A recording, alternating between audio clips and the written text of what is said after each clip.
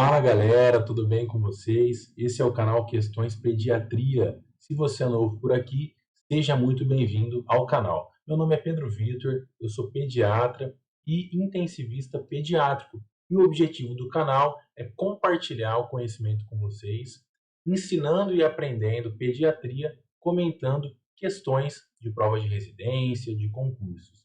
Hoje, o tema do vídeo é meningite bacteriana. Fica comigo até o final, que eu tenho certeza que vai te ajudar bastante. Vamos lá. A primeira questão de hoje, pessoal, é uma questão da Unicamp de 2018. Paciente de 4 meses de idade chega ao pronto-socorro com história de ter apresentado crise tônico-clônica generalizada com duração de 1 minuto. Ao exame, apresenta-se febril, sonolento e com abaulamento de fontanela anterior. Assinale a alternativa correta para a primeira hipótese diagnóstica e conduta a serem consideradas. Bom, pessoal, a gente tem aqui um lactente, paciente de 4 meses com febre, rebaixamento do nível de consciência, abaulamento de fontanela e uma história de crise convulsiva. Vamos para as alternativas. Letra A, convulsão febril, observação clínica sem necessidade de nenhuma medicação epilética. Galera, a convulsão febril é um diagnóstico relativamente frequente na pediatria, mas é um diagnóstico de exclusão.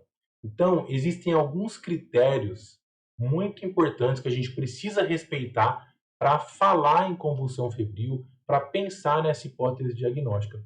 E o primeiro critério é a faixa etária. Então, a gente só pensa em convulsão febril entre a faixa etária de 6 meses a 5 anos de idade. Algumas referências trazem 6 anos de idade.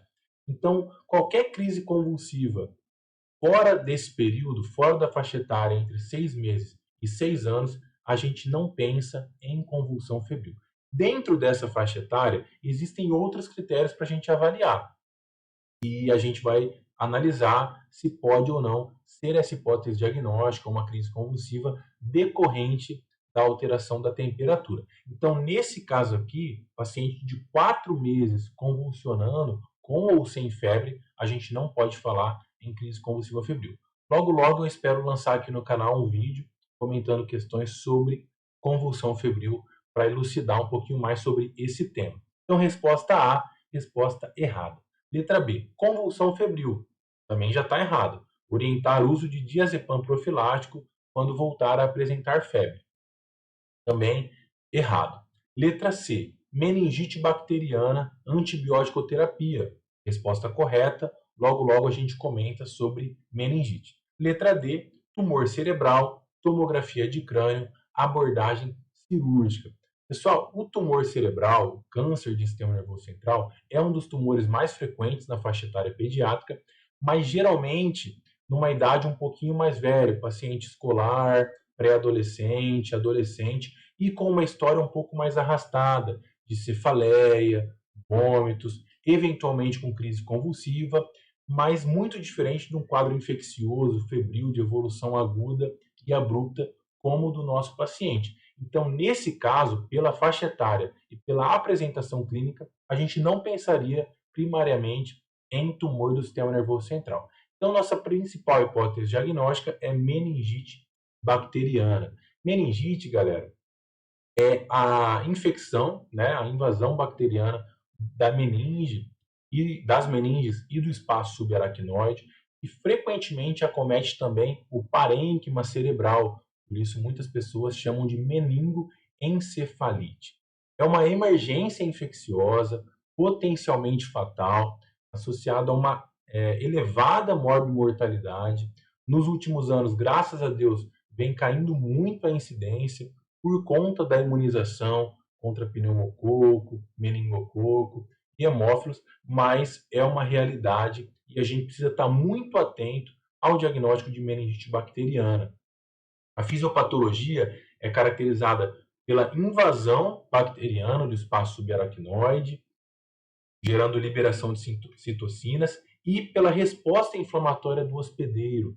Então, ocorre uma vasculite importante, com disfunção da barreira hematoencefálica, muitas vezes evoluindo com edema cerebral, hidrocefalia. sinais de hipertensão intracraniana e, eventualmente, nos casos mais graves, até com morte encefálica.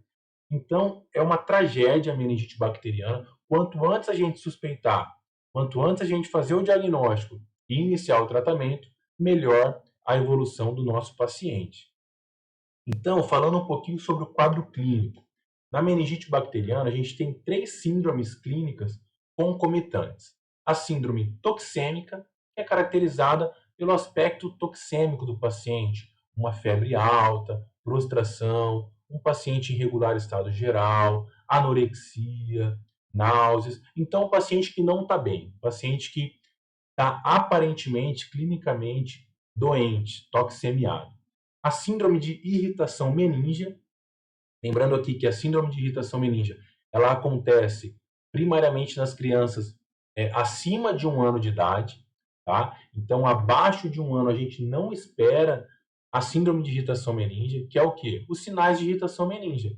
Rigidez de nuca, sinal de Kernig, Brudzinski, Lazeg, que a gente pode lançar a mão no nosso exame físico para direcionar ainda mais o diagnóstico de meningite, e a síndrome de hipertensão intracraniana, que é caracterizada por cefaleia, vômitos em jato, abaulamento de fontanela nos lactentes, crise convulsiva e todos os outros sinais de hipertensão intracraniana, eventualmente com paralisia de nervos cranianos e a tríade de Cushing.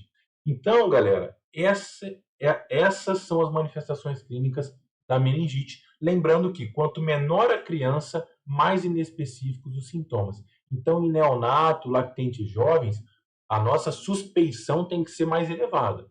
Um paciente séptico, um quadro de febre, abaulamento de fontanela, está vomitando, ou convulsionou, então nem se fala. A gente precisa pensar em meningite. Rigidez de nuca, Kernig, Brudzinski, mas para as crianças mais velhas que o quadro vai ser mais característico ainda. A gente vai conversar sobre diagnóstico na próxima questão. Aqui ele pede a hipótese, meningite bacteriana, e o tratamento. O tratamento de meningite é dividido em tratamento de suporte, então a gente precisa oferecer um suporte hemodinâmico, ventilatório, correção de potenciais distúrbios hidroeletrolíticos, vigilância neurológica, às vezes inclusive com medidas para hipertensão intracraniana, e a antibiótico-terapia. Meningite bacteriana, a gente precisa iniciar antibiótico o mais rápido possível.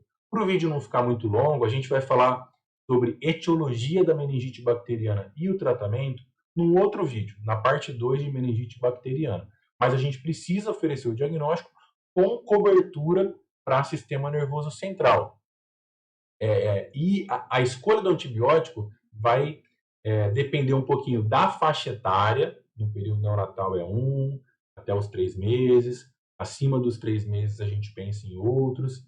Da faixa etária e da condição do paciente, condição prévia. Se é um paciente previamente rígido, saudável, ou se o paciente tem alguma comorbidade que vai direcionar ainda mais ali o tratamento. Beleza? Então, resposta correta, letra C, meningite bacteriana, antibiótico-terapia. Vamos para a segunda questão da USP de 2022.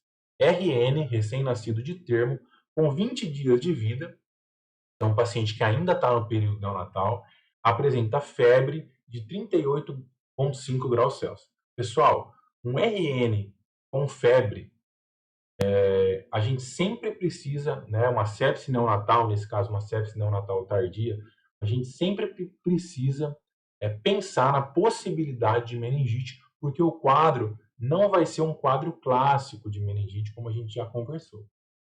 Então, a não ser que tenha um foco muito bem estabelecido de infecção de vias aéreas superiores, uma bronquiolite, por exemplo, a gente sempre vai avaliar a possibilidade de meningite nesses pacientes, porque a meningite, nesses casos, ela é menos específica, os sinais são mais discretos. Vamos lá. Então, RN com febre, diminuição da aceitação alimentar, fontanela abaulada e irritabilidade. Aqui acabou, né? Então, paciente com febre, com sinal de hipertensão intracraniana, como o RN ele tem a fontanela, antes de manifestar vômitos, em jato, a fontanela vai abaular. Então, febre com fontanela abaulada, a gente precisa pensar e descartar ou confirmar o diagnóstico de meningite. Então, ele tem uma síndrome toxêmica associada a sinais de hipertensão intracraniana com irritabilidade e abaulamento de fontanela. A hipótese diagnóstica inicial foi de meningite bacteriana. Perfeito, concordamos. Sendo assim, qual dos exames abaixo confirmaria o diagnóstico? Pessoal, o diagnóstico de meningite se dá através da coleta e análise do líquor, do líquido cefalorraquidiano. Então, a gente precisa coletar o líquor, analisar e ele vai nos dar o diagnóstico, tá? Então, qualquer suspeita de meningite é fundamental coletar. É um exame que dá o diagnóstico. Claro que existem outros exames complementares que podem nos auxiliar. Então, a gente espera um hemograma com leucocitose, uma PCR elevada, uma neutrofilia no hemograma, pode ou não ter algum distúrbio hidroeletrolítico, distúrbio de sódio, muito frequentemente associados à meningite. Em raras exceções, a gente vai precisar de um exame de neuroimagem antes da coleta do líquor. Então, um paciente que tem um déficit neurológico focal, aquele paciente que parece ter uma história que pode ser de tumor do sistema nervoso, de sangramento do sistema nervoso, e não está muito claro o diagnóstico de meningite.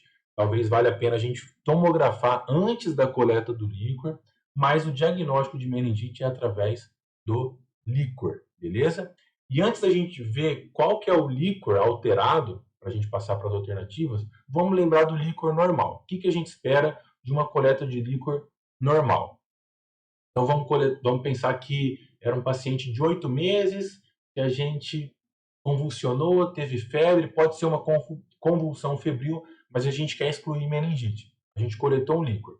O líquor desse paciente que não tem meningite, geralmente é um líquor de aspecto límpido, incolor, ou seja, água de rocha, uma celularidade normal, geralmente abaixo de 5 leucócitos, no período neonatal até 10 leucócitos, uma glicorraquia, ou seja, uma glicose normal. Qual que é a glicose normal do líquor? Uma glicose acima de 2/3 da glicose da glicemia. Então a gente coleta um destro, faz um destro antes da coleta do líquor, veio lá 100. A glicose do líquor normal é acima de 66, tá? Então, geralmente, a glicose normal vai estar acima de 50, 45 a 50. E uma proteína normal, abaixo de 40. No período neonatal, também o valor de referência da proteína é um pouquinho mais elevado. RN prematuro de 150, RN termo de 100 até os primeiros dias de vida. E aí vai normalizando, mas já acima dos 28 dias a gente espera uma proteína abaixo de 40, com bacterioscopia e cultura negativas. Esse é o líquor normal. O líquor da meningite, a gente vai ver uma tabelinha daqui a pouco. Tem uma hipercelularidade, então um aumento do número de leucócitos, acima de 250, 500, geralmente acima de 1.000, com predomínio de neutrófilos, de segmentados, então tem mais neutrófilos do que células linfomononucleares, mais neutrófilos do que linfócitos e monócitos. Tem uma hipoglicorraquia, uma glicose diminuída por todo esse processo de vasculite, de resposta inflamatória, e uma proteína aumentada, muito aumentada. Tá? A bacterioscopia e a cultura nem sempre estão positivas. Tá? Apenas em 70%, 80% dos casos elas estarão positivas. Mas a bacterioscopia negativa, por exemplo, não exclui o diagnóstico de meningite. Vamos para as alternativas. Letra A, líquor com 10 leucócitos, glicorraquia de 45 e uma proteína de 100. Pessoal, esse é um líquor do período neonatal praticamente normal, tá? Então tem um líquor de 10 leucócitos, né? A gente lembra que no período neonatal a referência de normalidade é um pouquinho acima. Uma glicorraquia de 45, discretamente reduzida, e uma proteína de 100 discretamente aumentada. Não é o que a gente espera encontrar na meningite bacteriana, talvez na meningite viral, né, que é uma celularidade um pouquinho mais elevada, uma proteína discretamente elevada, com glicose normal ou pouco reduzida. Mas a meningite bacteriana está tendo um processo ali inflamatório gigantesco no espaço subaracnoide, então é um líquor bem alterado que a gente espera encontrar. Letra B, hemograma com 5.000 leucócitos, ou seja, sem leucocitose e sem leucopenia. PCR reduzida. O que é PCR? É a proteína C reativa. É uma proteína que ela é marcadora de resposta inflamatória. Então, nos quadros inflamatórios, infecciosos, a gente espera um aumento da PCR. Aqui está reduzida. E plaquetas de 80.000. A plaquetopenia pode ser um sinal de infecção neonatal, de sepse, mas não é isso que vai nos fechar, nos confirmar o diagnóstico. Vamos para a letra D. Plaqueta de 40.000, opa, uma plaquetopenia importante, a gente tem que ficar de olho para esse paciente, é um fator de risco para sepse. PCR elevado, PCR de 40, e um índice neutrofílico abaixo de 0,4. O que é o índice neutrofílico, galera? É muito utilizado no período neonatal pelos neonatologistas para avaliar um risco maior de sepse neonatal. E isso acontece quando o índice neutrofílico está acima de 0,3 ou 0,4. E esse índice se dá pela razão, pela divisão entre as células imaturas, então neutrófilos imaturos, como bastões, mielócitos, metamielócitos, dividido pelos neutrófilos segmentados. Quando tiver acima de 0,3 ou 0,4, há um risco maior para sepse neonatal. E a letra C, ela sim é a nossa resposta. Um líquor com 1.200 leucócitos, opa, uma celularidade significativa, com 80% de neutrófilos, 20% de linfomono, ou seja, um predomínio significativo também de neutrófilos, uma glicorraquia de 10, então uma hipoglicorraquia, aqui ele nos dá a glicemia concomitante de 125, ou seja, menos de 10% da glicemia, e uma proteína de 200, então uma hiperproteinorraquia, e bacterioscopia negativa. A gente viu que pode ser que a bacterioscopia seja positiva, mas não é fundamental que ela também pode estar negativa. Então, galera, na meningite bacteriana, vou pegar aqui o marca-texto, geralmente uma hipercelularidade bem importante, com predomínio de neutrófilos, com uma hiperproteinorraquia aumentada, significativa, geralmente acima de 100, 200, e uma glicorraquia baixa, abaixo de 40, muitas vezes abaixo de 20, tá? A meningite viral, a neuro-TB, meningo-TB ou a meningite fúngica tem outras características, outras particularidades, tá? Então, meningite viral, a hipercelularidade não é tão importante, o predomínio é de linfomono, assim como na TB e na fúngica, a proteína vai estar discretamente aumentada, a glicose geralmente normal. Então, a meningite bacteriana é caracterizada por essas alterações, como veio aqui na letra C. Beleza, pessoal? Bom, turma, esse era o recado de hoje. Eu espero que tenha feito sentido para você. Se você tem alguma dúvida, alguma sugestão, alguma crítica, por favor, deixe aqui nos comentários. E se esse vídeo fez sentido, não deixa de curtir, se inscrever no canal, compartilhar, para o conhecimento estar se espalhando por aí, beleza? Valeu, pessoal. Um abraço e até a próxima.